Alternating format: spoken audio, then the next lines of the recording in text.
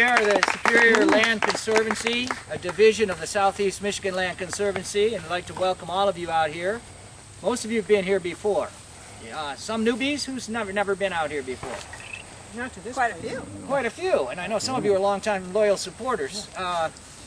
Well, we try to get out here and walk around every season. This is our autumn spectacular, and we have a, usually around the first week in May, we have a Spring Has Sprung at Spring Hill Wildflower Walk. And then in the wintertime, we have a winter walkabout so that we can see animal tracks across the snow, which is always big. And that would be in the winter and probably in one of our many other preserves. We have about 1,900 acres that we have managed to sequester in the last 20 years around this township. You can see them on the map here. And what we're trying to do is we're trying to save the world, one little piece at a time. Yeah, we're working with our own, starting with our backyard, then moving out to the rainforests and the, Antarctica places like that. You've met Brenda. I'm Bill Seacrest. We're the co-chairs of the Superior Land Conservancy, but we're really fortunate tonight to have today to have the actual president of the parent organization, the Southeast Michigan Land Conservancy, President Jim Weiner. Let's give him a round of applause. Thank you all for coming out. It's been my honor to be involved with. I haven't been involved with the organization, with the Conservancy, as long as these two have. I've only been around for about 5 years, but I've been volunteering a lot of my time.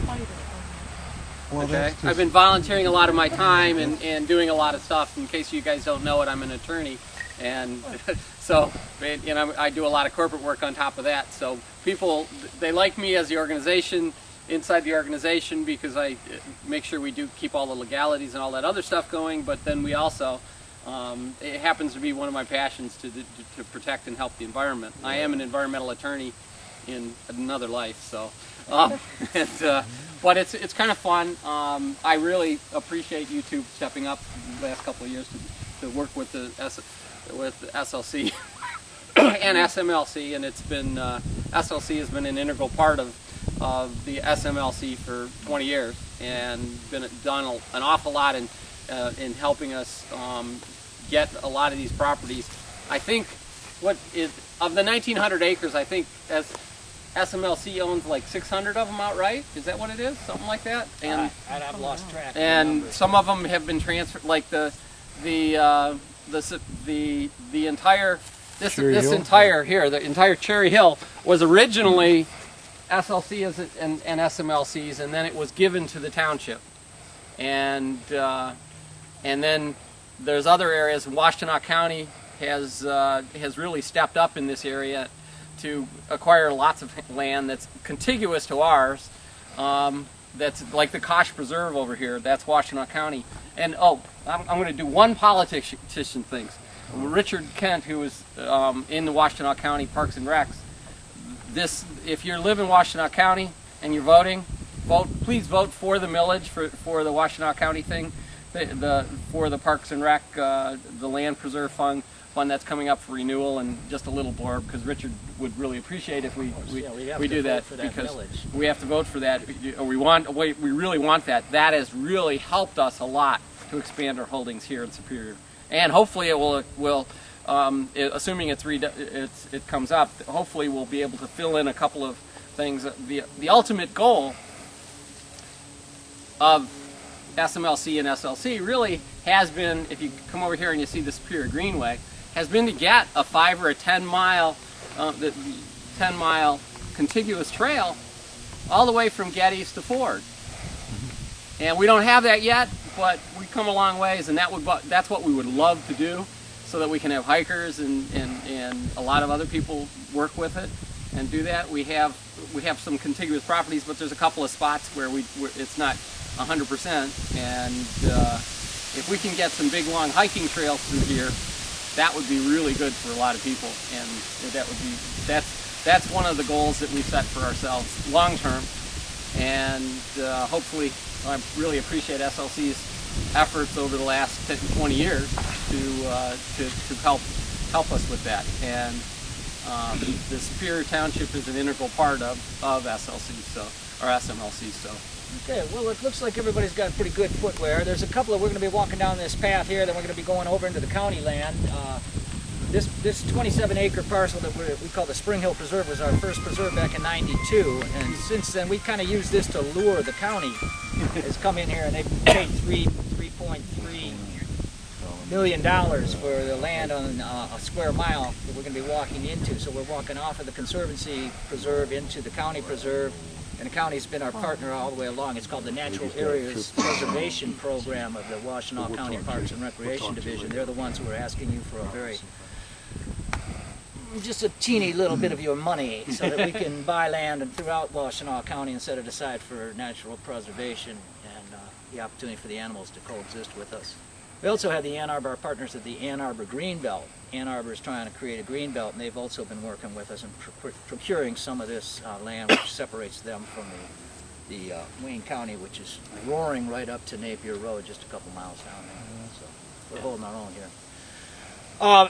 Scotty Terrell, the man with the camera back there, he's got you all, in case there's any terrorists lurking in our midst. Scotty, why don't you talk to him a little bit about the work you do trying to help not just preserve the open land, but help restore the integrity of our natural systems with taking out of the invasive. Yeah, so the Conservancy acquires one way or another land either through conservation easements or by owning it. The Spring Hill Preserve was the first property that was actually donated completely to the university back in 1991. And once Conservancy, not university. Yeah, that's okay. That's all right. Sometimes it feels like school. By Bradford and Nancy Perkins, they donated 30 acres to the Conservancy so that it'd be protected as an open space natural area forever. And forever's a long time. We still have to find, we can't just sort of own it and then there it sits and You got invasive species, boy, that's the big thing. Right, well there's a number of threats to the natural ecosystems. One is people could come in and they could drive their ATVs through or dump their trash or be hunting or stealing the timber out of there. So the Conservancy keeps an eye on it. That's one thing. And then second thing is if there are problems, we kind of move in and try and figure out how to deal with those problems. And then there's also threats from the natural world now too. There's invasive species, and there's garlic mustard, buckthorn, autumn olive, number of things that are trying to take over. They're not native plants to this area, and just left alone, they'll take over and we'll lose the native diversity, and which is very valuable to a lot of the birds and insects and things that would live here normally. If we don't sort of strike a balance, I mean, we'll never get rid of the invasives completely, but if we don't maintain some kind of balance, we'll lose the native plants. They'll just be outcompeted. We've had a work day here a month ago, and that stack of wood that you see over there is buckthorn, and we cleared it out. I don't know if you can see here, but this little open area here between the deck and the road used to be real thick like this. This is an invasive species here, and that's called buckthorn, and you can see it grows as you're driving down the road. It'll look real thick, real dense. Some people like that because it's like a natural fence, but it's really not the native landscape that was here before we really started changing it for agriculture and subdivisions and things like that. But a lot of wildlife needs that native diversity that was here. So I help maintain that. We're having a work day next Saturday right here at the Spring Hill Preserve. If anybody'd like to help, we'll be working on the buckthorn and just kind of clearing out some of this dense shrubbery here. So if you'd like information about that, get in touch with me, and I've got lots of ways that you can help the Conservancy. Yeah. Scott, I keep hearing hunters or something off in the distance. Do we need to be concerned about hunting in here today? You know, not on the preserve. When I was up on the road, I heard that same guy doing target practice. I know where he is. Yeah. All right. I don't think we have to worry about him as long as he keeps... Does he have a target that was... Yeah, he's shooting into a hill. And does he have a good aim, normally? Well, that's what I can't... I can't vouch for that. But Yeah, it's this time of year. That's a normal sound out here, unfortunately. Yeah, but this is kind of early for rifle. He's probably practicing. Yeah. Bow and arrow right now. Yeah.